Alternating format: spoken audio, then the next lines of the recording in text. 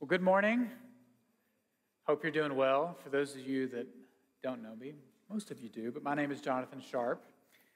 And my wife Ashley and I and our three boys have been coming here since 2013. And I think January 12th is when I'll officially be one of the elders. Right now I'm an elder-elect. So I'm one of the lay pastors here at the church. So, as I was preparing this week, I suddenly realized that this will be the last sermon you hear in this decade. So no pressure, right? Maybe a little bit of pressure, but that's all right. I hope you had a great Christmas. We had a good time together with our family and celebrating the Lord's birth and also maybe shepherding some hearts over gifts and that sort of thing. You know what I'm talking about. So we're continuing in our series in Philippians. And the more that I've read the letter, the more that I am just convinced that Philippi was Paul's favorite church. I just think he loved them so much. In fact, I decided to Google it to check, and I Googled the Apostle Paul's favorite church, and a picture of Philippi came up, so it sealed the deal for me. The Philippians are Paul's favorite. And I say that because I feel like if you had this letter and you wrung it out, it would just be dripping with affection. Like, he loves them so much. He actually makes a statement early on defending how much he loves them. He's like, it's right for me to feel this way about you. And so I have some different ideas of why that might be. One, because I think it started in a pretty unique way. So it was on Paul's second missionary journey, and he's not with Barnabas anymore, but he's got Timothy and Silas, and they're moving through the land, and it says in Acts 16 that the Holy Spirit was forbidding them from preaching the word in Asia. And then they try to go into another town, and it says they were prevented from going there. And they get to Troas, and Paul has this vision of a man from Macedonia saying, come over here to us. And they conclude together, okay, God's calling us over there. And so they go over to Macedonia, into Philippi, a Roman colony, and on the Sabbath day, they see God raise up the first convert, Lydia. They go stay with her. And as Paul and Silas, typically do, they end up in prison. So, and in prison, it's when there's an earthquake. The jailer thinks that everybody's escaped. He's about to kill himself. But in the last moment, this is like straight out of the movies. The bomb is ticking. It's about to hit zero, and they stop it. He's got his sword, and Paul calls out to him. He ends up coming to faith, his whole family, and the church has started. So, when Paul would go back to Jerusalem, he's always telling the stories of what God has done. I think this was one of his favorite stories to tell. That he would say, look, I had this vision. We go over there. Listen to what all happened. This is a wild story. So I think that was a big part of why he loved him so much. But also, the people that I'm closest to are the people that I've had probably the most conflict with. Like, we've had to work through some things. Because if I'm going to be myself around somebody, I'm inevitably there's going to be some friction. And if they're going to be themselves around, it's just going to happen. And so we end up in a closer relationship because we've worked through things. We've talked through it. No matter what's getting in between us, we have the conversations to work through our differences. I just think that had to be the case because they were so close. And I want to show you the difference in how Paul opens the letters to the other churches versus Philippians. And I think you'll notice this with me, okay? So, normally there's always the greeting, and then most of the time, Thanksgiving, and then he gets into whatever's on the docket for him. So with Romans, there's a greeting, there's Thanksgiving, and he's like, I hope I can finally meet you. In Colossians, there's the greeting, there's Thanksgiving, and then he's like, I've been praying for you since the day I heard about you. In Ephesians, there's the greeting, and then this very long run-on sentence about how great God is and what all he's done. In 1 Thessalonians, there's a greeting, there's Thanksgiving, and then he recounts how the gospel came to them. In 2 Thessalonians, there's a greeting, Thanksgiving, and he's like, let's talk about the day of judgment. Let's get right to it. In 1 Corinthians, there's a greeting and Thanksgiving, and he's like, I got a bad report about you. 2 Corinthians, there's the greeting. He's like, God comforts us in our suffering. And then he says, I'm having a hard time deciding if I should visit again. There's some tension. And then Galatians, there's a greeting, and he's like, I cannot believe y'all have turned away from the gospel. He jumps right into it. But then Philippians, we have a greeting and this warm thanksgiving. And he's basically like, look, y'all have been with me from the start. And I hold you in my heart. Man, I miss you so bad. And he says, look, I know I'm in prison, but really I'm okay. Like, it's so relational. Like, he's responding to a relationship. It's not like, okay, let me present this doctrine. Let me correct you on something. It's this warm and affectionate greeting. Like, he says things like, I am always praying with joy for all of you. He says, y'all are partners with me in grace. I hold you in my heart. How deeply I miss all of you with the affection of Christ Jesus. Man, you're laying it on thick. So I think one of the reasons that they were so close is because they supported Paul as a missionary. So the reason this letter is written is because Epaphroditus, one of the Philippians, has brought a gift from the church to Paul while he's in prison, most likely in Rome, and to support him and to help him.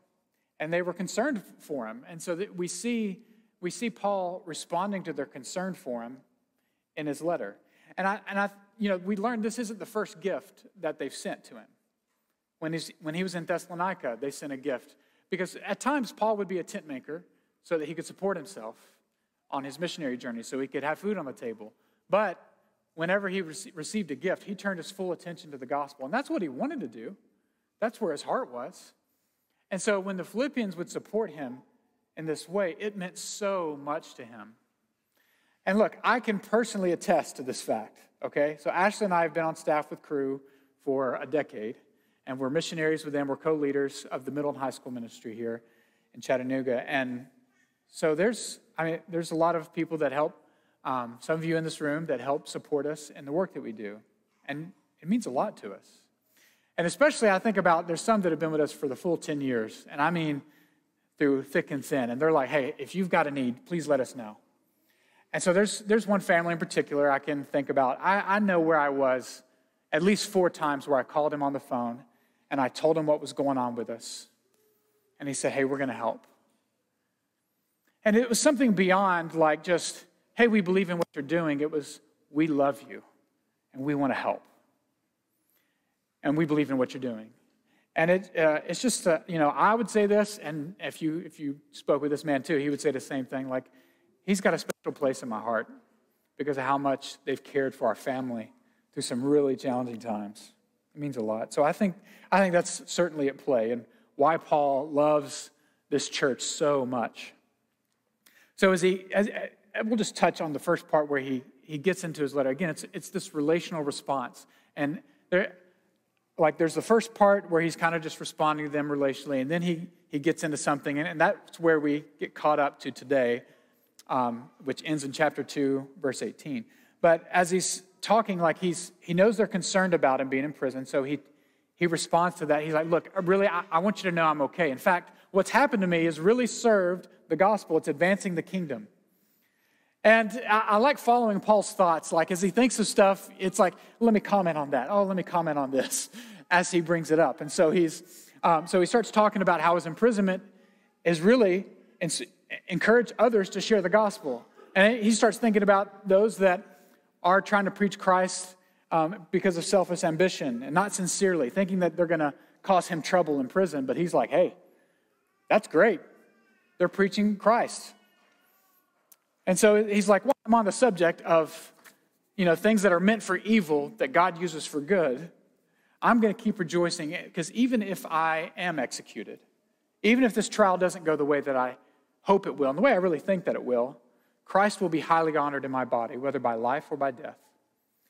And that's when he makes his famous statement, for me to live is Christ and to die is gain.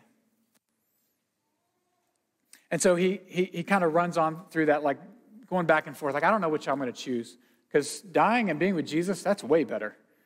But I think I'm going to remain here for your progress and joy in the faith. And so that's where he kind of runs to the end of that thought, like of responding to their relational concern for him being in prison. And then we see something happen. He makes a statement. He says, just one thing. And I just think the Philippians, when they hear this from their good friend, their missionary, their apostle, a man that is potentially at death's door, and his mind is probably sharpened to what's most important, saying just one thing. I think they leaned in, and they wanted to know what Paul said. And David's preached on it. He said, as citizens of heaven, live your life worthy of the gospel of Christ. And so from here on through chapter 2 and verse 18, I think he's just expounding on a life worthy of the gospel of Christ. And he lays some things out for us. He gives us the example of Christ. He encourages them in some specific ways. You know, he says things like, stand fast, be courageous, work for unity, humble yourselves. And then he shows Christ's example, and that's where we have the famous hymn of Christ, okay? And it's where we see Jesus go from the highest of highs, being equal with God in heaven on the throne, who emptied himself. And he goes from that point to the lowest of lows. Didn't just become a man, but a baby. Not just to any family, but in poverty, as a refugee at times, in oppression. And he grows up in a time where, and then he when he starts his ministry, he's hated by his hometown. He's hated by the religious leaders and ultimately put to death. He was obedient to death, not just death, but death on a cross, which was reserved for the scum of the earth, the lowest of lows. So he goes from the highest place of honor to the lowest. And we see this downward progression of humiliation. He's humbled himself. Before then, but therefore, God has exalted him above every name. He's given him the name above every name, that at the name of Jesus, every knee should bow, every tongue confess that Jesus Christ is Lord. Not Caesar, but Jesus is Lord. And he says, therefore, my dear friends, just as you have always obeyed, so now, not only in my presence, but even more in my absence, work out your own salvation with fear and trembling. So I think, it's interesting that the Philippians, it's not like he's correcting them. It's not like he's going, okay, y'all are way off base. Let me get you back on track. He's saying, you know what, as you've always obeyed, this is like, you're living this way, and I'm thankful and I'm proud of you. Continue. So we see him saying things like, he says, even more so in my absence. Earlier, he says that he wants to continue for their progress and joy in the faith. And when he was praying for them at the beginning, he says, I pray your love will keep on growing. And of course, when he said, he who began a good work in you will carry it on to completion at the day of Christ. It implies there is a journey, there is a progress forward with God. So a life worthy of the gospel of Christ is a life growing with God. It's always growing. It's never like, okay, you know what, you've arrived. You're good. You can relax. You don't have to think about growing with God anymore. You know what, you've done so much. Just stay where you are. No, a life worthy of the gospel of Christ is always a growing life with God. And Pastor David preached on this last week about how the first thing he mentions about how to work out your salvation is do not grumble. Do everything without grumbling and arguing. So he's addressing our heart attitude and our speech. And then he says how, like, this will make us faultless and blameless in this twisted, crooked generation, among whom you shine as lights in the dark world, by holding firm to the word of life. So there's something about the way, like living as citizens of heaven instead of living as citizens of Rome, that would stand out so much that the difference would be so great, it would be like light and darkness. It's a big difference. And so he showed us how, like, not only just in our thoughts and our attitude, the way that we speak should set us apart from others that aren't citizens of heaven. The way that we, instead of fighting for power and privilege, we give up power and privilege for the sake of others, humbling ourselves so that it would be God that exalts us, not ourselves. It would be God that would resurrect our lives. And that would be the pattern of the Christian life. It's set apart. So then we get to where we are in today's passage, okay? 16, part B, really. Paul says, then I can boast in the day of Christ that I didn't run or labor for nothing. He didn't want to run or labor for vain. I want you to notice, like, when he says run and labor, like he's talking about a lot. Those two words are building on each other. I want a quick story. So when I was in Dallas at the beginning of the month for a conference for the team leaders with Crew. And while I was there, I was working out at a gym. And I'd been there a couple of days. And all right, so I'm competitive. I'll just tell you, I'm really competitive. And I'd gotten a feel for the people that went at this particular time to the gym, who was in pretty good shape and who I was competing against, okay? And there was a guy, this particular day, a guy on my left, two guys on my right, that were both, that I knew on the treadmill they were gonna push me. And so I'm like, I think my competitiveness was increased because I'm in a different city. I'm kind of like, okay, this is Chattanooga versus Dallas, and I am representing our city right here and now. And so what we were doing this particular day was all-out sprints for 1 minute, and then we would walk for 90 seconds. And then the next sprint was at a 2% incline. We started at 1, then we'd go 2, 3, 4, 5, 6, 7, 8, 9, 10. And you're supposed to choose your speed at the beginning that you can run all out for a minute and keep it up as high as you can until the point where you're like, you know what, I can't go any at a higher elevation. I'm going to stay where I'm at. And so I'm thinking, all right, I'm going to run at 11 miles per hour because I think this guy's going to run at 10, which is like a 5.5 mile pace. It's brisk. And I'm like, okay, I got to beat these guys. This is Chattanooga versus Dallas. Why is this not televised? For one thing. So I'm ready to go. And I'm thinking, all right, I bet I can get to 7%. 7%. I'm going to make it up to 7 and keep running at that. So we're going, and the way this gym is, there's a mirror in front of the treadmills, to boost the narcissism or something. But so I'm running on the treadmill. Go through the first minute. I'm okay. I'm walking. I'm like, I got this. 2%, 3, 4, not too bad. Getting to 5 and 6 and 7, I'm like, okay, those first 40 seconds aren't too bad. That last 20 is rough. It is rough. And I'm thinking, yeah, I'd like to stop at 7. That sounds like a good number. But I'm paying attention to what's going on beside me, and this is a competition. And I just don't see the look in their eyes. I'm like, they're not backing down. So neither am I. 8%, 11 miles per hour, and I'm ready to go. And I keep going, and I get to 40 seconds at 8%. I'm like, this is miserable. This is rough, but I make it. And so then I'm sitting there watching the other guys, and this guy on my left, I can tell, he's shaking his head. He was running at 10 miles an hour, and he's like, no, I'm not going. And I'm like, okay, well, I got to beat him. But this guy to my right, he hits 9%. I'm like, I got to go to 9. So I'm running at 9, and again, 40 seconds is about all that I'm feeling okay at, and that last 20 are miserable. And now I'm walking, and I'm thinking, this is the last bit. I'm like, am I going to stay at 9%? How much different is that than 10? I've gotten this high. I got to go to 10, right? You have to. And he's probably going to go to 10. I can't lose.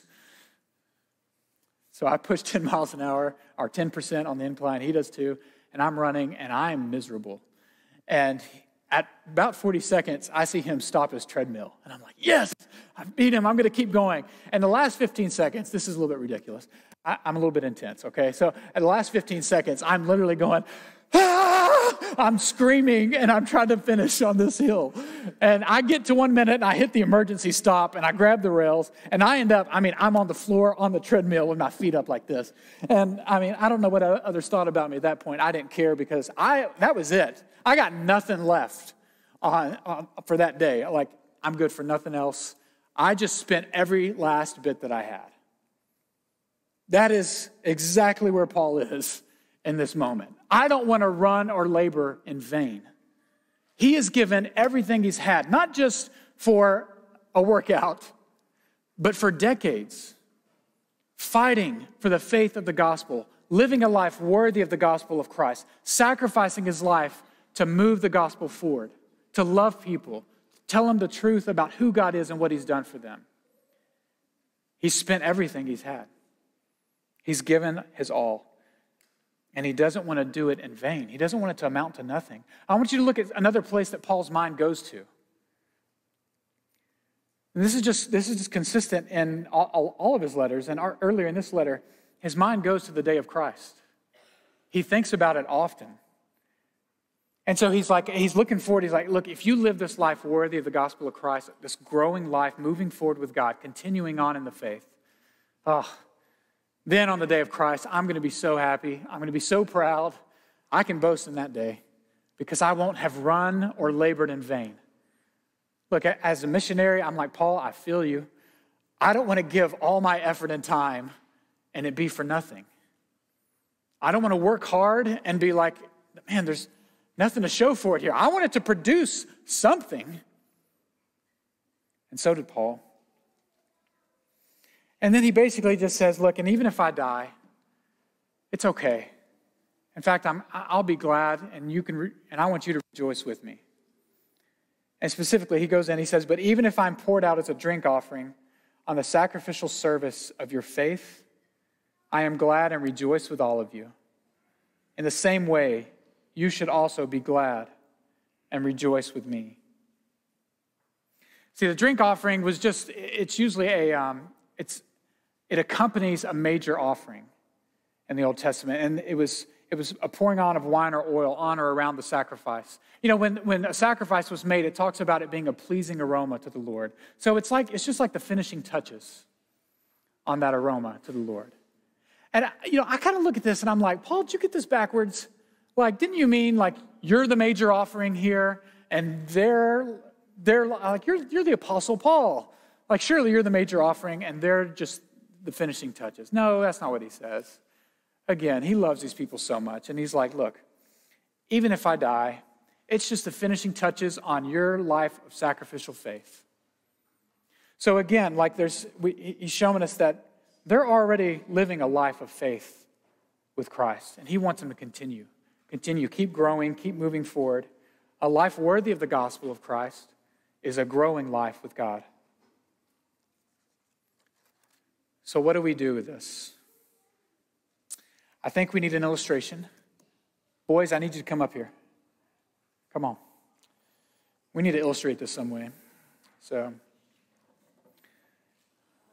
Turner got a really cool Christmas present. This bow and arrow. Okay, yes.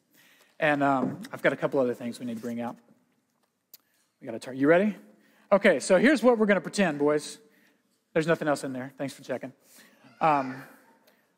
We're going to pretend that this target is a life worthy of the gospel. Okay, that's the target you're trying to hit, right?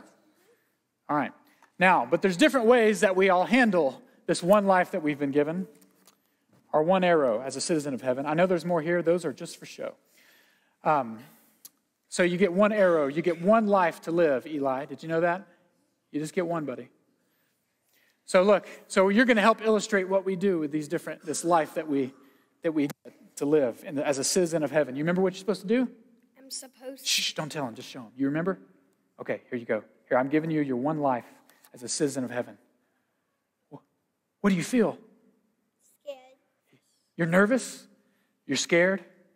Yeah, see, sometimes we get this one life and we don't really want to aim at anything.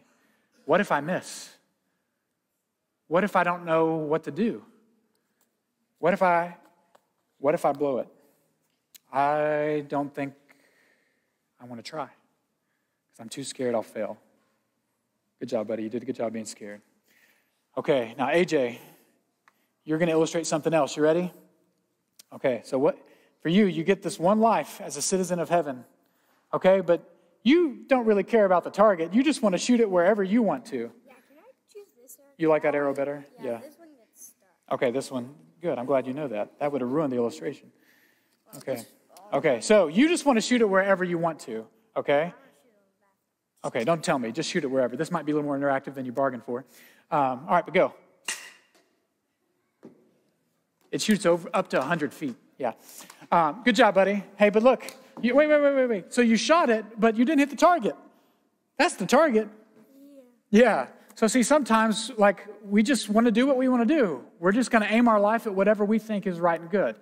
And yeah, we might shoot it, and you might feel better than the person that's too scared to aim their life somewhere, but leave that there, buddy. You don't need that. But didn't shoot it. Okay, so Turner. Wait, which one works? Is it this one? All right, so Turner is going to illustrate one more thing for us. Okay. You can't see anything. So you've been given this one life, Turner, all right? And you've got this one arrow to shoot. And you really want to hit the target. You really want to, okay? But I'm going to disorient you a little bit, okay?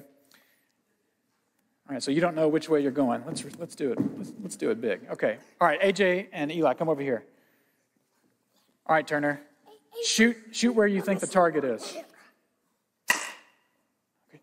Wait, try it again. Do it again. Is that the bad arrow? Okay. Good shot, buddy. But look, you missed. You missed the target. You tried to shoot it. You wanted to shoot, but there was something keeping you from aiming well, right? You couldn't see. So we're going to try one more thing. Satan is a dirty, rotten liar, isn't he, AJ? Here, give me this. Preach it. All right, we're going to try one more thing. You ready, Turner? Okay. All right, you've been given this one life, Turner. One life to live. And the goal is to hit the target. Eli, you remember what to do? Here, Eli, you help him first. Turn this way. Wait, get closer. Raise the arrow. Here, you. A little bit higher. All right, Turner. Let it fly, buddy. Then say bullseye. Let it fly. Pull it back, Turner. No, keep that blindfold on. Pull it back. Oh!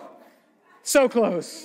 You shot it right by the target, so that pretty much counts. Here, high five, Turner. Right here.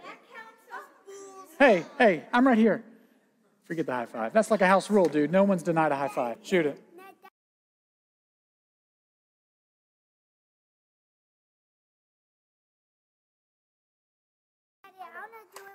No, do it right here. We got to keep going. Shoot it. Good. We got the target. Everybody give him a round of applause. All right. Y'all go sit down. Bullseye. Oh, I got to bring this back. You know, he needed some help. He needed somebody to aim in the right direction. That was really close. So what will you do with your one life? Will you live worthy of the gospel? And let me ask you this, which is probably the most convicting question I've ever been asked. Is your brand of Christianity worth dying for? Paul felt his was. And you know, when we read something like this and we see this life worthy of the gospel of Christ laid out in Paul's life, in the life of Christ, in the Philippians' life. Like it, you know, sometimes it serves as a mirror that we look up against, and it's like, I don't know that I like what I see. I'm seeing myself reflected, but I don't look the same as what I'm seeing in the scriptures. And honestly, it can be uncomfortable and not something that we really enjoy. I've experienced this myself. I think you might have heard me say this, but growing up, I was good at a lot of things that I did, okay? I was good in academics and sports and like video games and card games, board games, that kind of stuff. And that was kind of what I rode that, all right, all the way to marriage. And then I got married. And then I was not so hot at being married. In fact, it got to a point in our marriage, about a year and a half into it, where I was looking at what I expected my life to be like in marriage based on the scriptures, who I wanted to be, and then I was looking at who I really was. And it didn't line up. And the scary thing was, it wasn't only like it didn't line up. I was like, I don't have what it takes to even get there. I don't have what it takes. And I didn't know what to do with that thought. And it was terrifying. And then we became co-leaders of a ministry. And about a year into it, I'm going, here's the scriptures. Here's what a missionary looks like in the scriptures. And here's me. There's a big difference. And it was uncomfortable. And not only did I feel like I was falling way short, but I'm missing something. I don't have what it takes to get to where I need to be. And see, I had to take a really hard look at my life, at how I lived, and face reality. And the reality was, not only did I not measure up, I was missing something inside. And it wasn't that I wasn't a citizen of heaven, but as I was lacking some things. I was lacking some character. And I had to turn for help, and I had to look to the church for help. And I can tell you, like, over the past 10 years, I have had more humble pie than I think anyone should have to eat. And to be honest, it doesn't ever taste better. Like, did I go out? No, I'm still on. Okay. It never tastes better. It's not like, oh, eventually you get used to the taste of humble pie. No, it always tastes bad. You never enjoy it as it goes down. But there's something about, that's the path of the Christian life. It's down into humiliation, being humbled. Sometimes we can humble ourselves. Sometimes God will humble us in his grace and mercy. But when we get to that low point, be ready, because resurrection's coming. There's always resurrection in the Christian life. It's the pattern of a life worthy of the gospel of Christ. Yeah, we might have to be humbled. We might have to face reality and say, you know what? I don't have what it takes to live this life worthy of the gospel of Christ. I don't know where I'm aiming. Look, I'm scared. I don't want to miss. I don't want to blow it. Or you know what? I'm blind and I can't even see where I'm supposed to be. And we need some people.